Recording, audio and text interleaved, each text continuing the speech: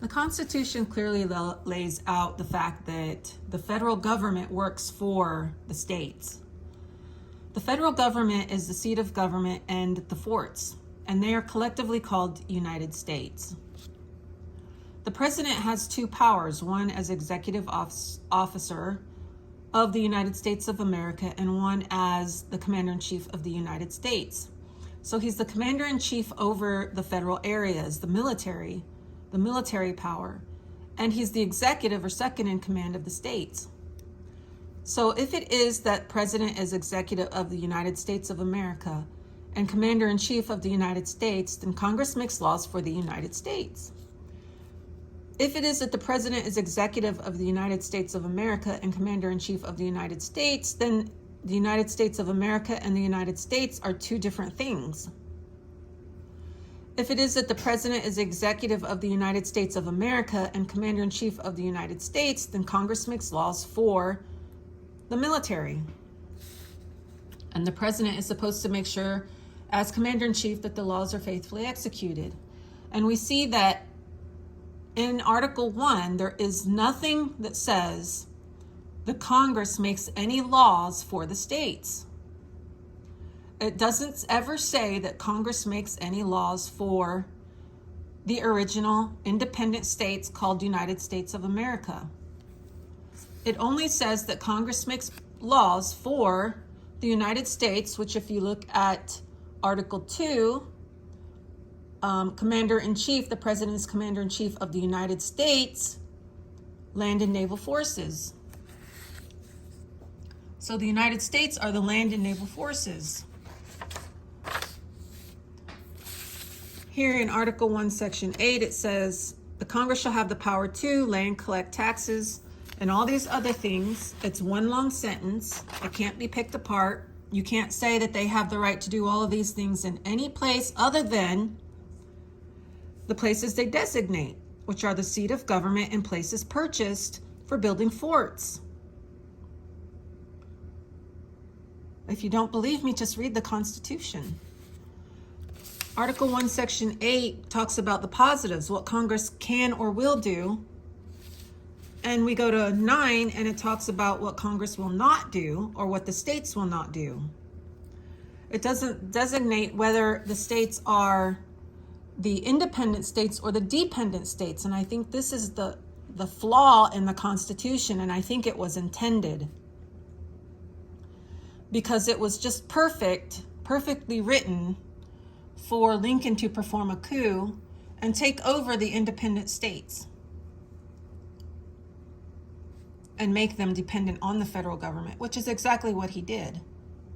Lincoln was probably a Freemason, just as George Washington did, and so it's quite possible that when the Constitution was written, it was written with the intention that the federal government would expand itself. Article 2, the executive power shall be vested in a president of the United States of America. Now we know they're two different places because the preamble says so. And so does Article 2. And Article 1 does not give Congress any power over the United States of America or to make laws or regulate or do anything for the United States of America, only the United States. And here the president shall be commander-in-chief of the Army and Navy of the United States, not United States of America. So the president has two offices, one as the second in command of the independent states and first in command over the dependent states. The dependent states are collectively called United States. And Congress has the power to make the laws for the dependent states, which are the military forts. Therefore, the president is second in command of the independent states as executive of the United States of America. And he is first in command as commander-in-chief, because commander-in-chief is a military title. He's commander-in-chief of the Army and Navy of the United States. Therefore, Congress has the right to make powers for The military, because the military is the United States. Because the United States only has two lands. Those two lands are seat of government and places purchased for forts. And those are the United States, the seat of government and the forts. It doesn't matter what you believe, it matters what the Constitution says. And it doesn't clearly define which states it's talking about when it says states. So you have to use some common sense and some reasoning.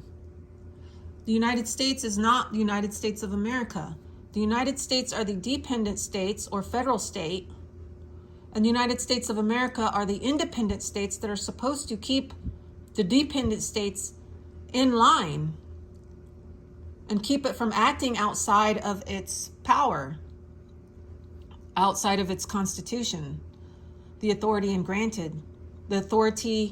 power granted to it by this constitution. And it's supposed to do all of these things according to the law of nations for the benefit of the independent states. So it's really just an agency, a military agency acting on behalf of keeping the United States of America safe. And in order to stay confined, it was not supposed to be fighting foreign wars. It was supposed to be only defending the actual states here in this place by building forts. That's defense with a C. And I have a facsimile of the Constitution, and it is spelled with a C, not an S. And there are two different words. So there are for sure, definitely expressed in writing, two places: the United States and the United States of America. The United States cannot exist without the United States of America. The United States, in fact, does work for the United States of America. It says it right here. The representatives of the federal government work to do these things for the United States of America on those lands, the seat and the places purchased for forts. And the president has two powers, or two positions. One is the executive of the USA here, and one as the commander-in-chief, the military officer of the United States Land and Naval Forces. Congress makes laws for the Land and Naval Forces. Commander-in-chief is supposed to make sure that the laws are faithfully executed. So we need to understand the difference between state and state. But how can we when it just says state? It doesn't define which is which.